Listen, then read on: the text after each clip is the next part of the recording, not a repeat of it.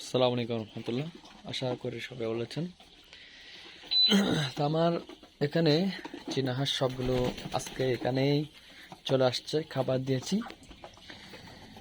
এখানে পুরুষ হাঁসটাকে এখানে আপাতত বন্দি করে রেখেছি। এই হাঁসটা এখানে সবগুলোকে মারামারি করে, এর কারণে। তো এখানে দেখুন মাশাআল্লাহ সব হাঁসগুলো কিন্তু একসাথেই খাবার খাচ্ছে। আর এই যে ফিমেল যে হাঁসটা আছে এখানে, এই হাঁসটা হচ্ছে এখানে যে বাচ্চাগুলো আছে সব বাচ্চাগুলো এখানে আছে। এখানে 12 পিস বাচ্চা আছে, এই যে দেখেন। মানে মা হাঁসটা বাচ্চাগুলোর কাছে চলে আসতেছে, দেখেন। বাইরে খাবার খাওয়ার জন্য গিয়েছে, খাবার খাওয়া শেষ হয়েছে, এখানে চলে আসছে। তো এই হাঁসের বাচ্চাগুলোকে এই আমার নিয়ম মতো দিনে 2বার খাবার দিচ্ছি, রাতে আর সকালে 2 বেলা। এর থেকে বেশি আপাতত দিচ্ছি না, কারণ আগের যে হাঁসগুলো ছিল এগুলো হচ্ছে শীত মৌসুমের জন্য বড় করার জন্য বড় করতাম, যার কারণে এগুলোকে বিভিন্ন খাবার দিয়ে এগুলোকে আমি যত তাড়াতাড়ি বড় করে নেওয়ার জন্য চেষ্টা করতাম। তো আলহামদুলিল্লাহ এখানে আমার যে হাঁসগুলো আছে সব হাঁসগুলোর মধ্যে এক একটা এক এক কালারের, দেখেন এক একটা এক এক কালারের হাঁস এখানে যা আছে সবগুলো।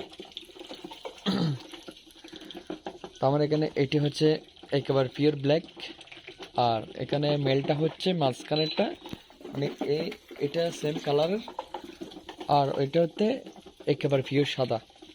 এই 3 কালারের হাঁস আপাতত আমার ফার্মে আছে। তো দেখি সামনে কি করতে পারি। আর এখানে ফিমেল যে হাঁসগুলো আছে এগুলোর মধ্যে আমি দেখাচ্ছি আপনাদেরকে। এখানে এই একটা কালার, এটা হচ্ছে সাদা দেয়, এতে দেখেন বুকের মধ্যে সাদা, আর এটি হচ্ছে ব্ল্যাক আর সাদা বুকের মধ্যে।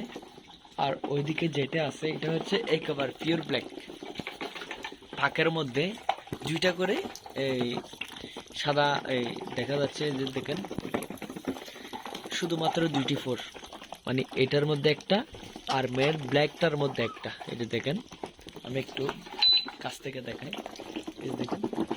মানে ব্ল্যাক হাঁসটার সৌন্দর্যটা হচ্ছে আলাদা। তো আমার এখানে যে বাচ্চাগুলো আছে ওগুলাকে আমার সামনে দেখা যাক কি আর করতে পারি।